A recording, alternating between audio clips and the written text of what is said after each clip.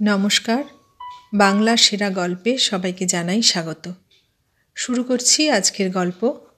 আজ পড়ে শোনাব সুমথনাথ ঘোষের লেখা গল্প অভিমান।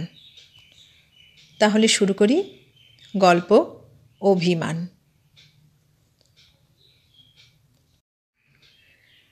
ছাত্রাবস্থায় হরিবিলাসবাবু তাহার একমাত্র পুত্র অমলের বিবাহ দিলেন। সবাই নিষেধ করিল, কিন্তু তিনি কাহারও কথা শুনিলেন না। আত্মীয় স্বজনরা তাহাকে অনেক বুঝাইলেন। অমলের বর্তমান, অমলের ভবিষ্যৎ, নারী সংসর্গে লেখাপড়ার অবনতি, মূর্খ অপগণ্ড পুত্রের শোচনীয় পরিণাম, স্বাস্থ্যহীনতাবশত ক্ষয়রোগ ও অনতিবিলম্বে মৃত্যুর আশঙ্কা প্রভৃতি যত রকমের কুৎসিত ও ভয়াবহ কুফল অপরিণত বয়সে বিবাহ দিলে ঘটিতে পারে, তাহার সবগুলি তাহারা ভবিষ্যদ্দ্রষ্টা ঋষির মতো পুঙ্খানুপুঙ্খরূপে বর্ণনা করিতে ত্রুটি করিলেন না। বস্তুত হরিবিলাসবাবুও জানিতেন যে অমলের এখনও বিবাহের বয়স হয় নাই। হাই স্কুলের 2nd ক্লাসে সে পড়ে। 16 পূর্ণ হইয়া সবে 17 বছরে পড়িয়াছে। তাহার উপর রোগা একহারা চেহারা, স্বাস্থ্যও বিশেষ ভালো নয়। তবুও যে তিনি কেন সকলের কথা অগ্রাহ্য করিয়া পুত্রের বিবাহ দিয়া বসিলেন, সে কথা জানিতে হইলে সকল সামাজিক বিধিনিষেধেরও উপর মানুষের যে চির রহস্যাবৃত মন, তাহার কিছু খবর রাখিতে হয়। অবশ্য রহস্য চিরকাল রহস্যই রহিয়া যায় এবং গোপনতা গোপনই থাকিয়া যায়, যদি উহা কাহারও কাছে প্রকাশ করা না যায়। কারণ অন্তরঙ্গ বলিতে যাহা বুঝায়, হরিবিলাসবাবুর সেরকম একজনও ছিল না। সকলের সঙ্গে যেমন তিনি মিশিতেন, আবার সকলের নিকট হইতে তেমনি দূরেও থাকিতেন। সমাজের মধ্যে থাকিয়াও যেন তিনি ছিলেন অসামাজিক, বহুর মধ্যে যেন একাকী। এবং এক্ষেত্রে হয়তো তাহাই হইত, যদি না সেদিন বালিকা বিদ্যালয়ের পারিতোষিক বিতরণ দেখিতে গিয়া একটি ছোট মেয়ের গান শুনিয়া তাহার চোখে জল দেখা দিত এবং তাহাকে একটি স্বর্ণপদক তিনি উপহার দিয়া বসিতেন। সেই মেয়েটির চাহনি, সেই মেয়েটির কণ্ঠস্বর, সেই মেয়েটির চালচলন সারাক্ষণ তাহার সমস্ত চৈতন্যকে এরূপ অভিভূত করিয়া রাখিল যে তিনি সভাভঙ্গ হইবার পর কাহারও সহিত কোনো বাক্যালাপ না করিয়া একেবারে সোজা নিজের ঘরে আসিয়া ঢুকিলেন এবং বহুদিনের বিবর্ণ একখানি খাম নিজের ক্যাশ বাক্সর তলা হইতে বাহির করিয়া বক্ষে চাপিয়া ধরিলেন। হরিবিলাসবাবুর হাত কাঁপিতে লাগিল, চোখ ছলছল করিয়া উঠিল। 17 বৎসর পরে এই প্রথম তিনি স্ত্রীর ফটো বাহির করিলেন। এখানি তাহাদের বিবাহের ফটো। তাহারই কাঁধে হাত দিয়া দাঁড়াইয়া আছেন তাহার স্ত্রী নববধূ বেশে। 6 মাসের শিশুপুত্র অমলকে রাখিয়া তাহার স্ত্রী যেদিন স্বর্গে যান, সেই দিন হইতে আজ পর্যন্ত কখনো তিনি সাহস করিয়া এই ছবিখানির দিকে তাকাইতে পারেন নাই এবং বহু লোকের অনুরোধ সত্ত্বেও আর দ্বিতীয়বার দ্বার পরিগ্রহ করেন নাই। হরিবিলাসবাবু খামের ভিতর হইতে ধীরে ধীরে সেই ছবিখানি বাহির করিলেন এবং আজকের এই বালিকাটির সঙ্গে তাহার স্ত্রীর মুখের অদ্ভুত সাদৃশ্য দেখিয়া চমকিয়া উঠিলেন। 23 বৎসর পূর্বে যেদিন এই ছবিখানি তুলিয়াছিলেন, সেদিনের কথা মনে পড়িয়া তাহার চোখ দিয়া 2 ফোঁটা জল গড়াইয়া পড়িল। এই ছবিখানি তাহার স্ত্রী সযত্নে সিন্দুকের মধ্যে লুকাইয়া রাখিয়াছিলেন। লজ্জায় কাহারও সামনে কোনো দিন বাহির করিতে দেন নাই। হরিবিলাসবাবু যেন ইহার ভিতর দিয়া আবার বহুদিন পরে তাহার স্ত্রীর স্পর্শ অনুভব করিতে লাগিলেন। এমন সময় হঠাৎ পিতাকে কি বলিবার জন্য অমল সেই ঘরে ঢুকিল, কিন্তু বাবা বলিয়া ডাকিয়াই তাহার মুখের কথা মুখে মিলাইয়া গেল। হরিবিলাসবাবু এমনভাবে অপলক দৃষ্টিতে তাহার মুখের দিকে চাহিয়া রহিলেন যে অমল কেমন ভরকাইয়া গেল। হরিবিলাসবাবু যেন পুত্রকে আজ নূতন রূপে দেখিলেন। 23 বৎসর পূর্বে তাহার যে চেহারা ছিল, তাহার সঙ্গে অমলের চেহারার এমন অদ্ভুত মিল দেখিয়া তিনি বিস্মিত হইলেন। ভীত ও অস্ফুট কণ্ঠে অমল বলিল, বাবা, তোমার কি অসুখ করেছে? নিজেকে সামলাইয়া লইয়া তিনি বলিলেন, অসুখ? হ্যাঁ, না না বলিয়া ছবিখানি তৎক্ষণাৎ সিন্দুকের মধ্যে রাখিয়া চাবি বন্ধ করিলেন। সেদিন হইতে কেন জানি না তাহার জেদ চাপিল, যেমন করিয়া হোক সেই বালিকাটির সহিত অমলের বিবাহ দিবেন। মেয়েটির নাম মেনকা। পিতৃমাতৃহীন হইয়া কাকার সংসারে মানুষ হইতেছিল, অপ্রয়োজনীয় জিনিসের মতো। তাই হরিবিলাসবাবু যখন বিনা পণে পুত্রের জন্য তাহার পানি প্রার্থনা করিয়া পাঠাইলেন, মেনকার কাকা তখন ভ্রাতুষ্পুত্রীর অল্প বয়সের কথা একবারও চিন্তা করিলেন না, বরং আত্মীয় স্বজনদের কাছে বর্তমান বিবাহ প্রথার কুফল ও সেকালের গৌরীদানের মহিমা কীর্তন করিতে করিতে মেনকার অবাঞ্ছিত ভার স্কন্ধ হইতে নামাইয়া দিয়া স্বস্তির নিঃশ্বাস ফেলিয়া বাঁচিলেন। 10 বৎসরের বালিকা বধূ বেশে কাঁদিতে কাঁদিতে হরিবিলাসবাবুর ঘরে আসিয়া উঠিল। অমল পিতাকে দেবতার মতো ভক্তি করিত। কোনো দিন তাহার মুখের দিকে চাহিয়া কোনো কথা বলে নাই। পিতার ইচ্ছাই ছিল তাহার ইচ্ছা। সেই জন্য তাহার বিবাহের দিন হইতে পিতাকে পূর্বাপেক্ষা হর্ষোৎফুল্ল দেখিয়া তাহার মন খুশিতে ভরিয়া উঠিল। কি যেন একটা বিষাদের ছায়া সে বাল্যকাল হইতে তাহার পিতার মুখে লক্ষ্য করিয়া আসিতেছিল। সর্বদা যেন একটা দুঃসহ ভার তিনি অন্তরে লুকাইয়া রাখিতেন। তাই বহুকাল পরে পিতার মনের এই পরিবর্তন লক্ষ্য করিয়া অমল যতখানি খুশি হইল, তাহার চেয়েও বেশি হইলেন তাহার খুড়ি, মাসি, পিসি, বিধবা ভগিনী প্রভৃতিরা। যেদিন হরিবিলাসবাবুর স্ত্রীবিয়োগ হইয়াছিল, সেই দিন হইতে কে যেন তাহার অন্তরের সমস্ত সুখশান্তি হরণ করিয়া লইয়াছিল। বাড়িতে কেহ তাহাকে হাসিতে দেখে নাই, কেহ তাহাকে কোনো আনন্দ উৎসবে যোগদান করিতে দেখে নাই। চাকরি না করিলে নয়, সংসারের এতগুলি প্রাণী অনাহারে মরিবে, তাই যেন যন্ত্রচালিতের মতো তিনি নিয়মিত অফিসে যাইতেন এবং অফিস হইতে ফিরিয়া আসিয়া চুপচাপ ঘরে বসিয়া বই লইয়া পড়িতেন। অসাধারণ গাম্ভীর্য দিনরাত তাহাকে ঘিরিয়া থাকিত। সংসারের কোনো কিছুর দিকে তিনি ফিরিয়া চাহিতেন না। ঝি চাকর, রাঁধুনি বামুন, বিধবা বোন, ভাগ্নে ভাগ্নী, উপার্জন অক্ষম ভাই ও তাহার স্ত্রী, ভাইপো, ভাইজি, পিস্তুত ভাই, মাস্তুত বোনের জামাই, ইহাদের লইয়া সংসার দিনরাত মুখরিত হইয়া থাকিত। তাহাদের স্বার্থ সংঘাতজনিত কোলাহল হইতে তিনি সর্বদা নিজেকে দূরে রাখিতেন। শুধু মাসের প্রথমে মাহিনা পাইয়া খরচের জন্য মোটা রকমের একটা টাকা বিধবা বোনের হাতে তুলিয়া দিতেন। ইহা ছাড়া প্রয়োজনে অপ্রয়োজনে সংসারের ফাঁকে ফাঁকে অতিরিক্ত অর্থ গুঁজিয়া দিয়া এই ক্ষণভঙ্গুর সংসারের ভিত্তিটাকে কোনো রকমে রক্ষা করিয়া যাইতেন। এমনি করিয়া 17 বৎসর চলিয়া আসিতেছিল।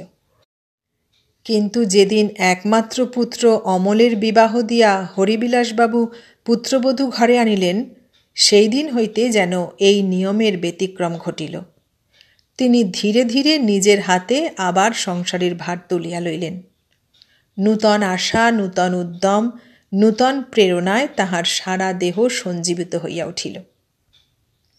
আত্মীয় স্বজন যাহারা এতদিন বিনা বাধায় সংসারের কর্তৃত্ব করিতেন, তাহারা চোখের জল মুছিতে মুছিতে বলিলেন, আহা, বউ নিয়ে বাছা যেন আবার সংসারী হয়, ভগবান যেন তাই করেন। বাছার কষ্ট দেখলে বুক ফেটে যায়। হরিবিলাসবাবু 600 টাকা বেতনে পাটনার সরকারি দপ্তরে চাকরি করিতেন। সরকার দত্ত স্বল্প পরিসর কোয়ার্টারে এতদিন কোনো রকমে ছাগলের খোঁয়ারের মতো বহুজন পরিবৃত হইয়া দিনাতিপাত করিতেছিলেন। আজ হঠাৎ তাহার মনে হইল, এই জঘন্য আলো বাতাসহীন ঘরগুলি যেন তাহার শ্বাসরোধ করিয়া ধরিতেছে। কেরানি বলিয়া কি তিনি মানুষ নহেন? এই দাস মনোবৃত্তির প্রতি ঘৃণায় তাহার মন রিরি করিয়া উঠিল। এতদিন কেমন করিয়া এই ক্ষুদ্র প্রকোষ্ঠে বাস করিয়াছেন ভাবিয়া তাহার বিস্ময়ের সীমা রহিল না। এতদিন কি তাহার মধ্যে মনুষ্যত্ব ছিল না? পরদিন অফিসে যাইয়াই তিনি এক দরখাস্ত করিয়া বসিলেন টাকা ধার লইবার জন্য, এবং অল্প দিনের মধ্যে গঙ্গার ধারে এক বিরাট অট্টালিকা নির্মাণ করাইলেন। এদিকে শ্বশুরকে পাইয়া মেনকা যেন পিতা ও মাতার শোক একসঙ্গে ভুলিল। ছোটোখাটো আদরে আবদারে সে সর্বদা হরিবিলাসবাবুকে ব্যস্ত করিয়া তুলিত। তিনিও সব কাজ ফেলিয়া বৌমার তুচ্ছতম আদেশটি আগে প্রতিপালন করিতে ছুটিতেন, যেন ইহা তাহার প্রথম ও প্রধান কর্তব্য। মেনকাকে পাইয়া হরিবিলাসবাবুরও আবার নূতন জীবনযাত্রা শুরু হইল। বৌমা ফুল ভালোবাসে বলিয়া তিনি বাড়ির চারিপাশে বিরাট ফুলের বাগান করাইলেন।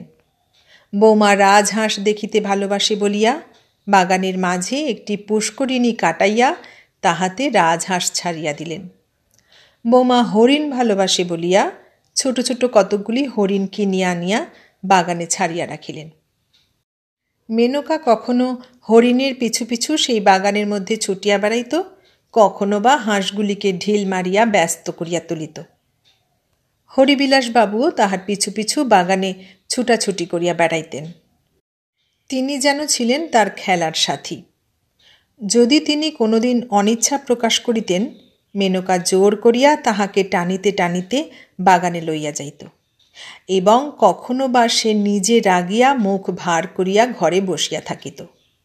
আবার হরিবিলাসবাবু তাহার মান ভাঙাইয়া তাহার ইচ্ছাতেই নিজেকে সম্পূর্ণভাবে সমর্পণ করিয়া দিতেন। এইভাবে শ্বশুর তাহার বয়সের কথা ভুলিয়া গিয়া 5 বছরের শিশুর মতোই মেনকার সহিত খেলা করিতেন। ইহা ছাড়াও শ্বশুরের প্রতিটি খুঁটিনাটি কাজ মেনকা নিজে হাতে করিয়া দিত। অফিসে যাইবার সময় তাহার জামা কাপড় লইয়া সে দাঁড়াইয়া থাকিত। পান, জলের গেলাস, তামাক পর্যন্ত সাজিয়া প্রস্তুত করিয়া রাখিত, এবং তিনি খাইতে বসিলে পাখা হাতে করিয়া সারাক্ষণ মেনকা তাহাকে বাতাস করিত। ছেলে মানুষের হয়তো কষ্ট হইতেছে ভাবিয়া হরিবিলাসবাবু তাহাকে নিষেধ করিতেন, কখনো বা ধমকাইতেন, কিন্তু কে কাহাকে বলে। দুষ্টুমি ভরা হাসিতে চোখ মুখ উদ্ভাসিত করিয়া মেনকা সেই কাজগুলি তৎক্ষণাৎ করিয়া ফেলিয়া তাহাকে আরও রাগাইত। হরিবিলাসবাবু তাহার মুখের দিকে চাহিয়া হাসিয়া ফেলিতেন। এইভাবে ছোট ছোট স্নেহের অভিনয় নিত্যই তাহাদের মধ্যে চলিত, এবং এমনি করিয়া কোথা দিয়া কেমন করিয়া সেই ছোট মেয়েটি যে একদিন তাহার সমস্ত অন্তর অধিকার করিয়া বসিল, তাহা হরিবিলাসবাবুও বুঝি জানিতে পারিলেন না। অফিসের ছুটি হইলে আর এক মুহূর্ত কোথাও অপেক্ষা না করিয়া তিনি বাড়ি ফিরিয়া আসিতেন, এবং আসিবার সময় দোকান হইতে ভালো ভালো ফল ও উৎকৃষ্ট খাবার লইয়া আসিয়া বৌমাকে চোখের সামনে বসাইয়া খাওয়াইতেন ও নিজে খাইতেন। ভালো কাপড়, ভালো জামা, নূতন ফ্যাশনের যাহা কিছু তাহার চোখে পড়িত, তাহা তৎক্ষণাৎ তিনি মেনকার জন্য কিনে আনিতেন। ছোট মেয়েরা পুতুলকে যেমন করিয়া সাজায়, তেমনি করিয়া তিনি তাহাকে সাজাইতেন অন্তরের সমস্ত স্নেহ ও ভালোবাসা দিয়া। কিছুতেই আর তাহার আশা মিটিত না। যাহা আনিতেন তাহাই মনে হইত যেন মেনকার পক্ষে অকিঞ্চিৎকর। শ্বশুরের এই আদর, যত্ন ও ভালোবাসায় মেনকা একেবারে অভিভূত হইয়া পড়িত, এবং এই অনাস্বাদিতপূর্ব স্নেহের আতিশয্যে বারবার তাহার চক্ষু সজল হইয়া উঠিত। শ্বশুরের কাছে মেনকার যত আবদার, কোনোদিন তাহার কোনো ইচ্ছা তিনি অপূর্ণ রাখেন নাই। একদিন রাস্তায় একখানি চকচকে সাদা মোটর গাড়ি দেখিয়া মেনকা বলিল, বাবা, আমি ওই রকম গাড়ি চড়ব। তাহার পরের দিন হরিবিলাসবাবু সেই রকমের একখানি গাড়ি কিনিয়া বসিলেন। খুড়ি, জ্যাঠাই, ভগ্নী প্রভৃতি রমণীরা হরিবিলাসবাবুর এই পরিবর্তন লক্ষ্য করিয়া বলাবলি করিতেন, আহা, বাছার প্রাণে কত শখ অপূর্ণ ছিল, ভাগ্যিস অমলের বিয়ে হয়েছিল, ভগবান ওদের বাঁচিয়ে রাখুন।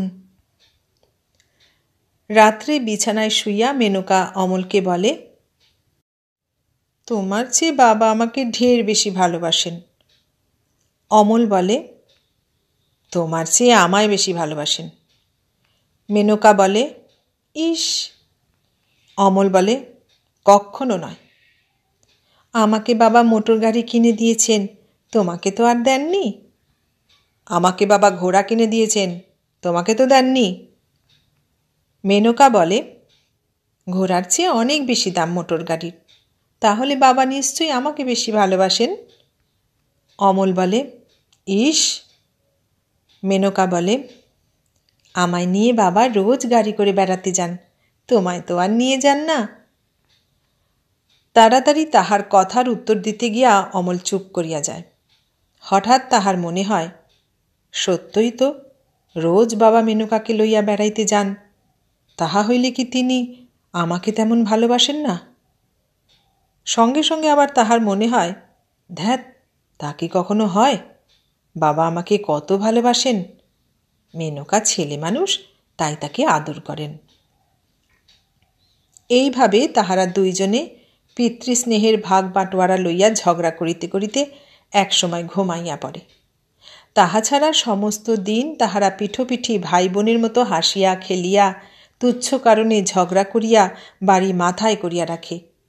বাহিরের কেউ দেখিলে বুঝিতেই পারে না যে তাহারা স্বামী স্ত্রী।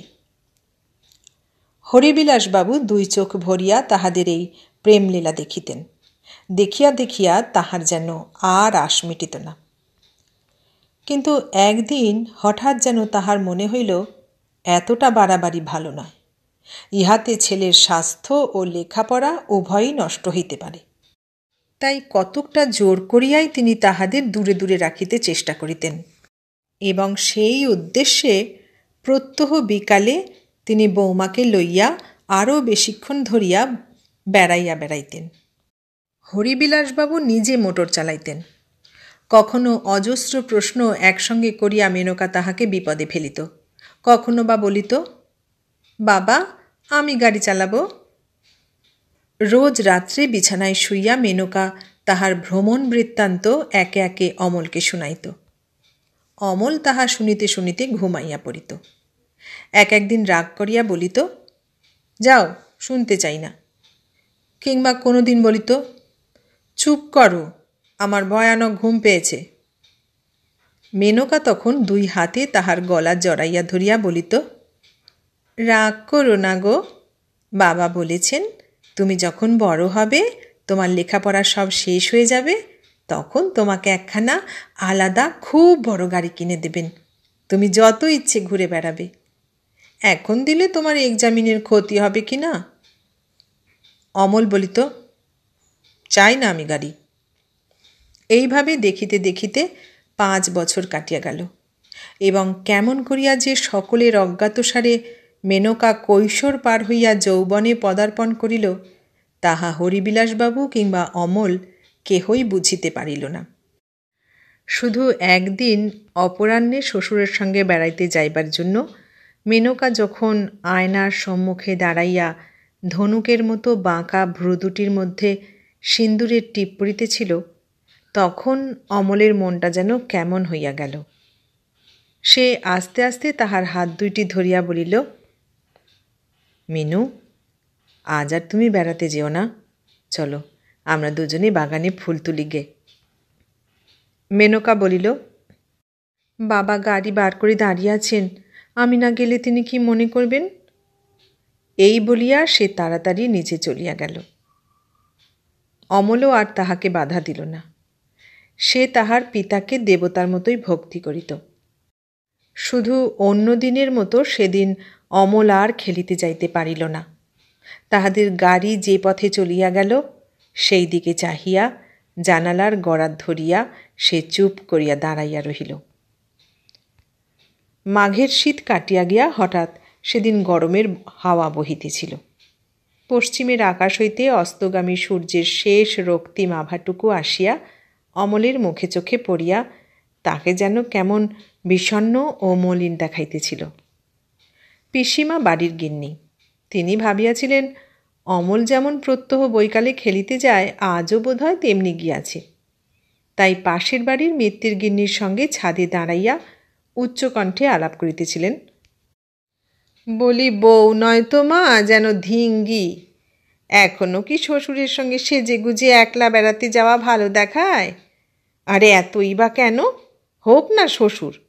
বলি, পুরুষ মানুষ বলেও তো একটু সমীহ করে চলা উচিত। কি বলো বৌমা? শ্বশুর বলে একেবারে মানে না মা, এমন বউ। মিত্তির গিন্নি কণ্ঠে এক প্রকার সুর টানিয়া বলিলেন, তা নয় আবার। বলি, আমাদেরও একদিন ছিল। আমাদেরও তো বিয়ে হয়েছিল অল্প বয়সে। কিন্তু তোমায় বললে বিশ্বাস করবে না মা, শ্বশুর আমায় বৌমা বলতে অজ্ঞান। এক পাতে বসে কতদিন তার সঙ্গে খেয়েছি, তাই বলে কি আর 15-16 বছরের মাগি হয়ে? আর অমলটাও তেমনি। এখন বড় হয়েছিস, সব দেখছিস শুনছিস, বউটাকে একটু বারণ করে দিতে পারিস তো? এদিকে যে আমার মুখ দেখানো ভার হলো, লোকে যে আমার গায়ে থুতু দিচ্ছে মা। অমল পাথরের মতো স্থির হইয়া দাঁড়াইয়া কথাগুলি শুনিল। তারপর সবার অলক্ষ্যে অন্ধকার সিঁড়ি দিয়া নামিয়া বাহিরে চলিয়া গেল।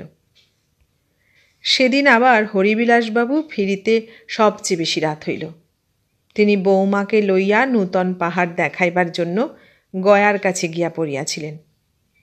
আসিবার সময় মেনকা রাশিকৃত গোলাপ ফুল পাহাড় হইতে তুলিয়া আনিয়াছিল অমলকে উপহার দিবার জন্য। অমল গোলাপ ফুল বড় ভালোবাসে। কিন্তু ফুল লইয়া তাড়াতাড়ি ঘরে ঢুকিয়া মেনকা মশরাইয়া পড়িল। দেখিল অমল ঘুমাইয়া পড়িয়াছে। প্রত্যহ সে তাহার পথ চাহিয়া বসিয়া থাকে, তাই আজ তাহাকে ঘুমাইতে দেখিয়া মেনকার মনে কেমন ভয় হইল। সে তাহার গায়ে হাত দিয়া আস্তে আস্তে ডাকিল, তুমি কি ঘুমুচ্ছ?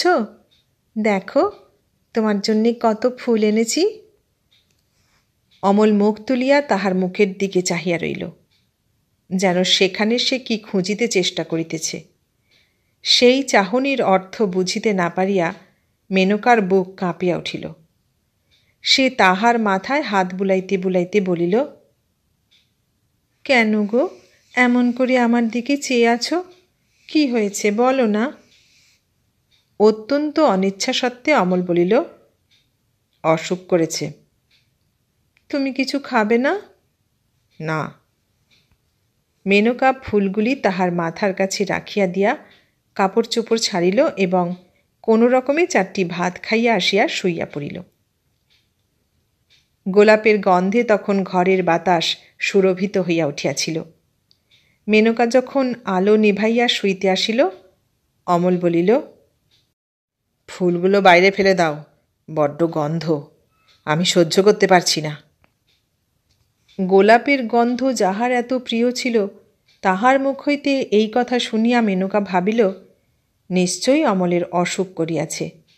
তাই আর কোনো কথা না বলিয়া সে ফুলগুলি বাহিরেই ফেলিয়া দিল।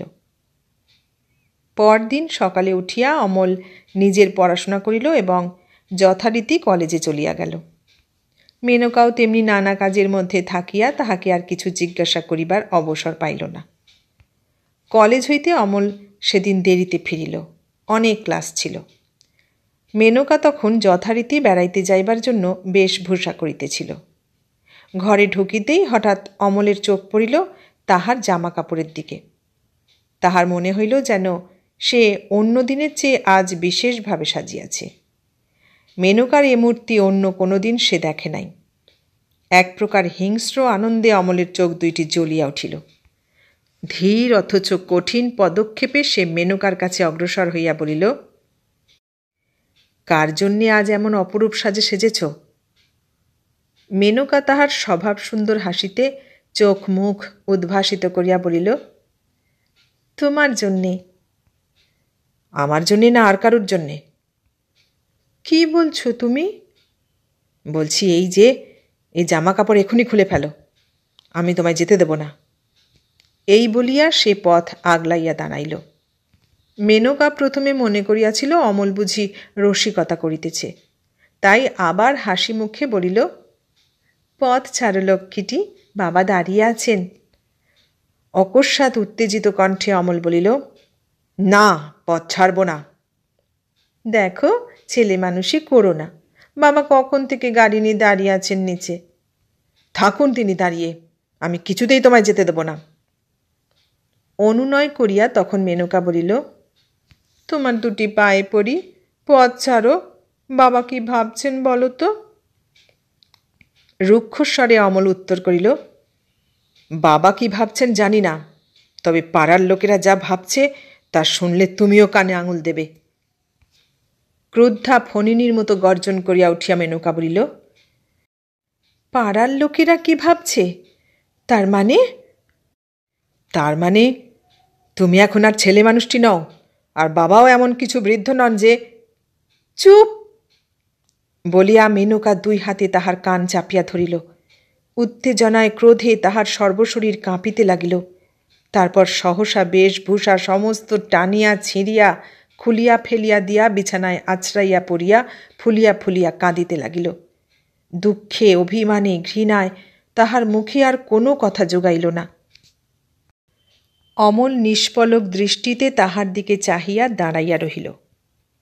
বাহিরে হঠাৎ পরিচিত জুতার শব্দ পাইতে তাহারা দুইজনেই সচকিত হইয়া উঠিল। মেনকা তখন অশ্রুরুদ্ধ কণ্ঠে বলিল, তুমি কি সর্বনাশ করলে? বাবা নিজের কানে যে সব শুনে গেলেন। অমলের যেন চমক ভাঙিল।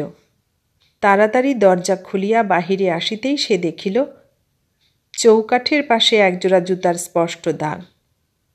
যেটুকু সন্দেহ ছিল অমলের মনে, ইহা দেখিয়া তাহা দূর হইয়া গেল। তখন ঘরে ঢুকিয়া কম্পিত কণ্ঠে সে বলিল, কি হবে মেনকা? মেনকা কোনো উত্তর না দিয়া শুধু ফুলিয়া ফুলিয়া কাঁদিতে লাগিল। হরিবিলাসবাবু বৌমার আসিতে বিলম্ব হইতেছে দেখিয়া উপরে গিয়াছিলেন তাহাকে ডাকিবার জন্য, কিন্তু দরজার কাছে যাইতেই তাহার কানে যে সমস্ত কথা আসিয়া পৌঁছাইল তাহাতে তাহার দেহ হিম হইয়া গেল। নিশ্চল প্রস্তরমূর্তির মতো তিনি কিছুক্ষণ সেখানে দাঁড়াইয়া রহিলেন।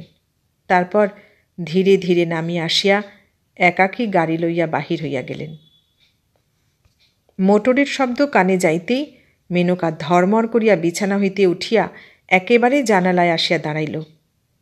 গাড়ি তখন ছুটিয়াছে উন্মত্ত বেগে। ধুলা উড়াইয়া চক্ষের নিমেষে তাহা দূরে অদৃশ্য হইয়া গেল। সঙ্গে সঙ্গে তাহার বুকের ভিতরটা কেমন করিয়া উঠিল। কাহাকে কি বলিবে মেনকা যেন কিছুই ভাবিয়া পাইল না। শুধু অগ্নিময়ী দৃষ্টিতে সে অমলের মুখের দিকে চাহিয়া দাঁড়াইয়া রহিল। মেনকার মুখের দিকে চাহিতেই অমলের মুখ ছাইয়ের মতো সাদা হইয়া গেল।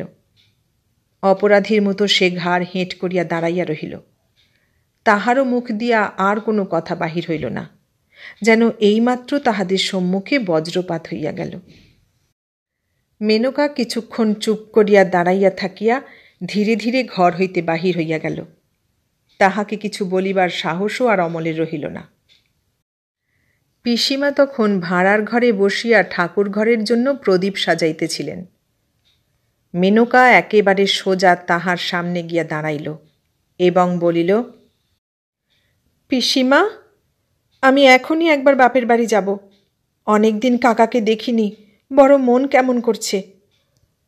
তাহার কণ্ঠস্বর শুনিয়া পিসিমা একবার ভালো করিয়া মেনকার মুখের দিকে চাহিয়া দেখিলেন। স্ত্রীলোকের মনের খবর স্ত্রীলোকেরা যেমন বুঝিতে পারে এমন বুঝি আর কেউ পারে না। পিসিমা প্রথমটা মনে ভাবিলেন, আজ মেনকা নিশ্চয়ই অমলের সঙ্গে ঝগড়া করিয়াছে, তাই বেড়াইতে যায় নাই এবং রাগ করিয়া বাপের বাড়ি যাইতে চাহিতেছে। তিনি বলিলেন, বৌমা, ছেলে মানুষই কি এখনো গেল না? এই ভর সন্ধেবেলা বাড়ি থেকে বেরুবার নাম করতে আছে? মেনকা দৃঢ়স্বরে শুধু বলিল, হ্যাঁ, আমি যাবই। পিসিমা জানতেন শ্বশুরের আদরিণী বধূমাতাকে। এ বাড়িতে কাহারও কোনো কথা বলিবার হুকুম নাই। সে একবার যাহা বলিবে তাহা না করিয়া ছাড়িবে না। তাই মিছিমিছি হরিবিলাসবাবুর বিরাগভাজন না হইয়া তিনি শুধু বলিলেন, তা যাবে তো যাও বাছা, তবে শ্বশুর এলে তাকে বলে গেলেই কি ভালো হতো না? মেনকা বলিল, না, তাহলে বড্ড দেরি হয়ে যাবে, আমাকে এখনই যেতে হবে। তবে যাও বাছা, বলিয়া পিসিমা উপরে চলিয়া গেলেন। মেনকা আর উপরে উঠিল না, কিংবা তাহার ঘরে গেল না। শুধু ঝি ও দারোয়ানকে লইয়া তৎক্ষণাৎ একখানা গাড়ি ভাড়া করিয়া বাপের বাড়ি চলিয়া গেল। পাটনা হইতে মাত্র 5 ক্রোশ দূরে মেনকার বাপের বাড়ি। অমল উপর হইতেই মেনকার সব কথা শুনিতে পাইল, কিন্তু তাহাকে বাধা দিবার সাহস তখন যেন আর তাহার দেহে ছিল না। শুধু সে জানলা দিয়া চাহিয়া রহিল। দূরে মেনকার গাড়ির আলো মিলাইয়া গেল। সেদিন রাত্রি প্রায় 12টার সময় হরিবিলাসবাবু বাড়ি ফিরিয়া আসিলেন। তাহার ঘরে তখনও আলো জ্বলিতেছে দেখিয়া তিনি মনে করিলেন, হয়তো মেনকা তাহার খাবার লইয়া এত রাত পর্যন্ত বসিয়া আছে। কিন্তু কোন মুখে তিনি তাহার সামনে গিয়া দাঁড়াইবেন?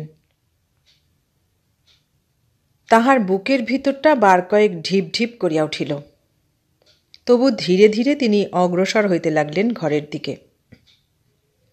নিস্তব্ধ বাড়ি, চারিদিক অন্ধকার। ঘরের দরজায় দাঁড়াইয়া তিনি আগে ভিতরে উঁকি মারলেন। তারপর যখন দেখিলেন কেহ নাই, শুধু তাহার খাবার ঢাকা পড়িয়াছে এক কোণে, তখন হরিবিলাসবাবু যেন স্বস্তির নিঃশ্বাস ফেলিয়া বাঁচিলেন। কাঁচা ঘুম ভাঙিয়া চোখ রগড়াইতে রগড়াইতে অমলের পিসিমা ঘরে ঢুকিয়া দেখিলেন আলো তেমনি জ্বলিতেছে, খাবার তেমনি ঢাকা দেওয়া রহিয়াছে, আর জামা কাপড় না ছাড়িয়া চুপ করিয়া একটা চেয়ারে বসিয়া আছেন হরিবিলাসবাবু। যেন কিসের গভীর চিন্তায় তিনি মগ্ন। দাদা, তুমি খাবে না কিছু? হরিবিলাসবাবু যেন চমকাইয়া উঠিলেন। তারপর ভগ্নীর দিকে ফিরিয়া বলিলেন, না, আজ আর খিদে নেই আমার। তুমি আদর দিয়ে দিয়ে বউয়ের মাথাটা খেলে। ও মা, বলা নেই কওয়া নেই, হঠাৎ ভর সন্ধেবেলা ঝি দারোয়ান সঙ্গে করে বাপের বাড়ি চলে গেল, আবার সেখান থেকে বলে পাঠিয়েছেন 1 মাস থাকবেন। এই বলিয়া তিনি চুপ করিলেন এবং ভাই ইহার কি উত্তর দেন তাহা শুনিবার জন্য জিজ্ঞাসু নেত্রে তাহার মুখের দিকে চাহিয়া রহিলেন। হরিবিলাসবাবু তখন এমন অন্যমনস্ক হইয়া পড়িয়াছিলেন যে অপর কেহ তাহার সহিত কথা বলিতেছেন সে কথা তাহার হুঁশই ছিল না। তাহাকে নীরব দেখিয়া পিসিমা মনে করিলেন কথাটা হয়তো ভাইয়ের ভালো লাগিল না, তাই পূর্বাপেক্ষা সুর ঈষৎ নরম করিয়া বলিলেন, তা যখন ছেলে মানুষ ছিল তখন না হয় এরকম শোভা পেত, এখন যদি তুমি একটু আধটু বকে না দাও তো একদিন তোমাকেই ভুগতে হবে, দেখে নিও। মেয়ে ছেলেরা তো বাড়াবাড়ি ভালো নয়। এই বলিয়া তিনি যেন এক বিরাট কর্তব্য সম্পাদন করিয়া ঘর হইতে বাহির হইয়া গেলেন। ভগ্নীর এই কথা শুনিয়া তিনিও যেন একটু অপ্রস্তুত হইয়া পড়িলেন, তাই তাড়াতাড়ি বলিলেন, তা ছেলে মানুষ অনেকদিন বাপের বাড়ি যায়নি, থাক না মাসখানেক সেখানে। তুমি আদর দিয়ে বউয়ের মাথাটা খাবে দাদা। এই বলিতে বলিতে পিসিমা তাহার নিজের ঘরে গিয়া শুইয়া পড়িলেন। সেদিন বিছানায় শুইয়া অনেক রাত পর্যন্ত হরিবিলাসবাবুর চোখে ঘুম আসিল না। মানুষের মন দুর্গেয়, সেখানে নিত্য কত চিন্তা গড়িতেছে, ভাঙিতেছে, উঠিতেছে, পড়িতেছে, তাহা একমাত্র যিনি মানুষের সৃষ্টিকর্তা তিনি ছাড়া বোধ করি আর কেহই বুঝিতে পারে না। তাই মানুষ যখন মানুষের কার্যকলাপের সূত্র ধরিয়া তাহার কারণ অনুসন্ধান করিবার জন্য মাথা খুঁড়িতে থাকে, অন্তর্যামী তখন অন্তরালে বসিয়া মুচকি হাসেন। কাজেই পরদিন যখন হরিবিলাসবাবু চাকরি হইতে অবসর গ্রহণ করিবার জন্য অফিসে গিয়া এক দরখাস্ত করিয়া দিলেন, তখন তাহার সহকর্মীরা যেমন বিস্মিত হইলেন, তাহার চেয়েও বেশি হইলেন বাড়ির লোকেরা। কত লোক তাহাকে কত বুঝাইলেন, কিন্তু তিনি কাহারও কথা শুনিলেন না, নিজের প্রতিজ্ঞায় অটল হইয়া রহিলেন।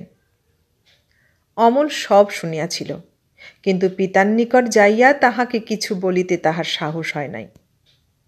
যেদিন মেনকা বাপের বাড়ি চলিয়া গেল সেই দিন হইতে আর একদিনও সে পিতার সম্মুখে বাহির হয় নাই, সর্বদা লুকাইয়া বেড়াইত। তাই ইহার দিন কুড়ি পরে অমল যখন পিসিমার মুখে শুনিল যে তাহার পিতা চাকরি হইতে অবসর গ্রহণ করিয়াছেন এবং আজই রাত্রে হরিদ্বার যাইতেছেন, তখন তাহার বুক কাঁপিয়া উঠিল। কিছুক্ষণ তাহার মুখ দিয়া আর কথা বাহির হইল না। সে স্থির হইয়া এক জায়গায় দাঁড়াইয়া রহিল। তারপর ধীরে ধীরে পিতার ঘরের দিকে অগ্রসর হইতে লাগিল। কিন্তু দরজার কাছে যাইয়া আর তাহার পা উঠিল না। সে কিছুতেই ঘরের ভিতর ঢুকিতে পারিল না। হরিবিলাসবাবু সেই অবধি কোনোদিন তাহাকে কাছে ডাকেন নাই। আজ হঠাৎ অমলকে দরজার নিকট আসিয়া ফিরিয়া যাইতে দেখিয়া ঘরের ভিতর ডাকিলেন। অমল ঘাড় হেঁট করিয়া পিতার সম্মুখে গিয়া দাঁড়াইল। হরিবিলাসবাবু বলিলেন, আজ রাত্রে আমি হরিদ্বার যাচ্ছি, বাকি জীবনটা সেইখানেই কাটাবো মনে করেছি। তুমি এখন উপযুক্ত হয়েছ, এইবার আমায় ছুটি দাও। এই নাও সিন্দুকের চাবি। আর সরকার মশাই রইলেন, তিনি সব দেখাশুনো করবেন। সাবধানে হিসেবপত্তর করে চলো, তাহলে তোমাদের কোনোদিন কোনো অভাব হবে না। অমল কি বলিতে গেল, কিন্তু পারিল না।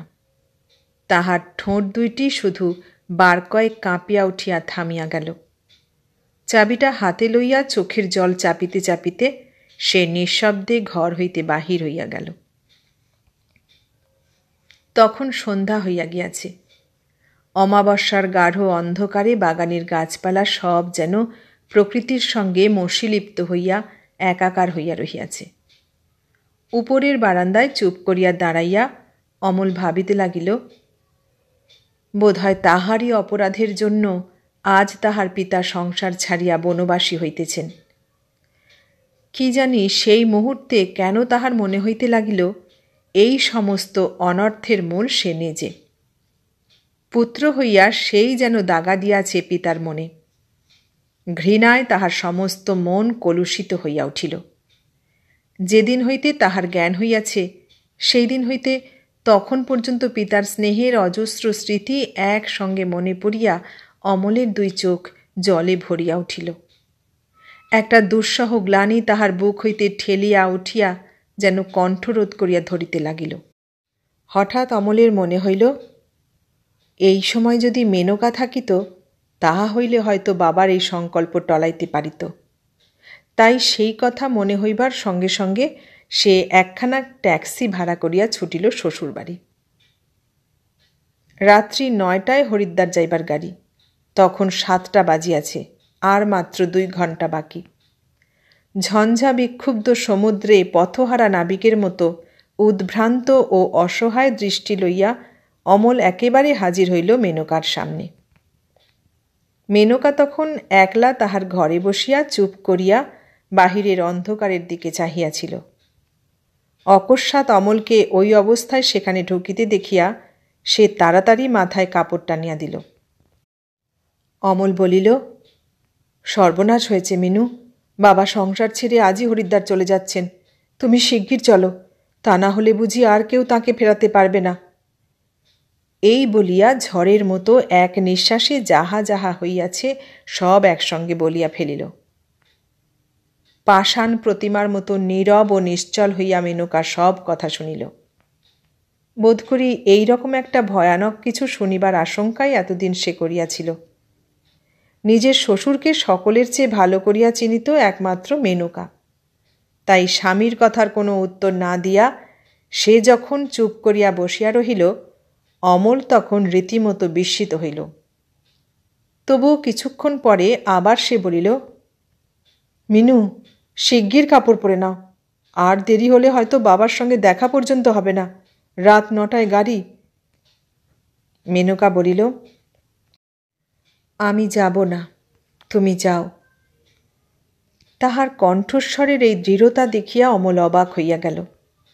যে পিতা তাহাকে এত ভালোবাসিতেন এবং যাহাকে মেনকাও সদা সর্বদা ছায়ার মতো ঘিরিয়া থাকিত, তাহার প্রতি এই ঔদাসীন্য কেন বুঝিতে না পারিয়া অমলের মাথা যেন কেমন গোলমাল হইয়া গেল।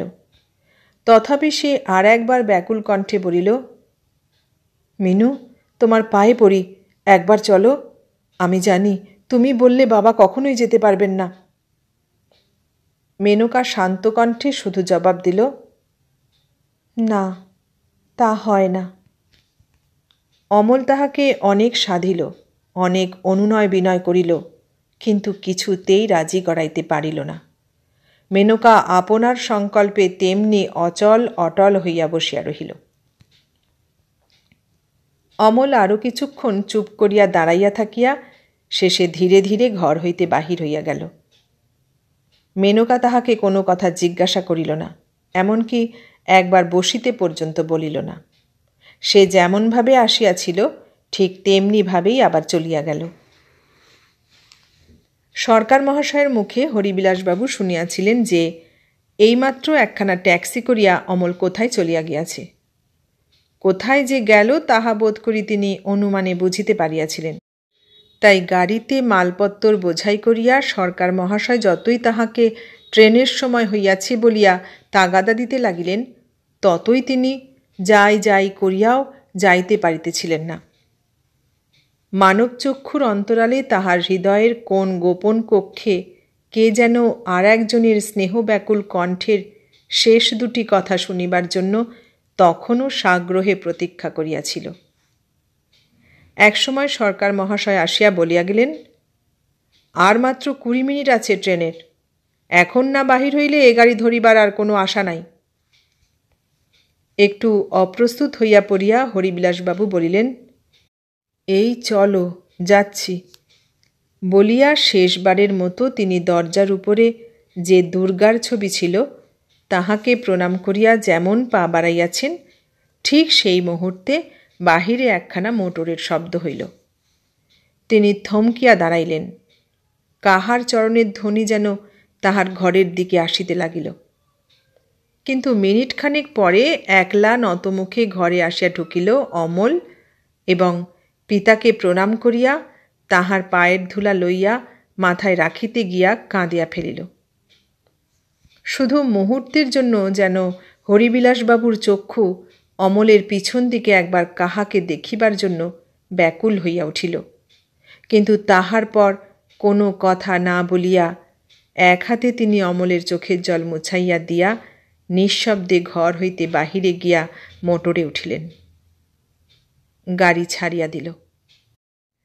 সেদিন সেই মসীমলিন আকাশের নিচে 3টি নরনারীর জীবনে নিঃশব্দে যে বিয়োগান্ত নাটকের অভিনয় হইয়া গেল, একমাত্র অন্তর্যামী ছাড়া তাহার বোধ করি আর কেহ সাক্ষী রহিল না। এতক্ষণ শুনলেন সুমথনাথ ঘোষের লেখা গল্প অভিমান। কেমন লাগলো গল্পটা? ভালো লাগলে লাইক, কমেন্ট, শেয়ার করবেন, আর নতুন বন্ধু হলে সাবস্ক্রাইব করার অনুরোধ রইল। সবাইকে অনেক ধন্যবাদ জানিয়ে আজ এখানেই শেষ করলাম।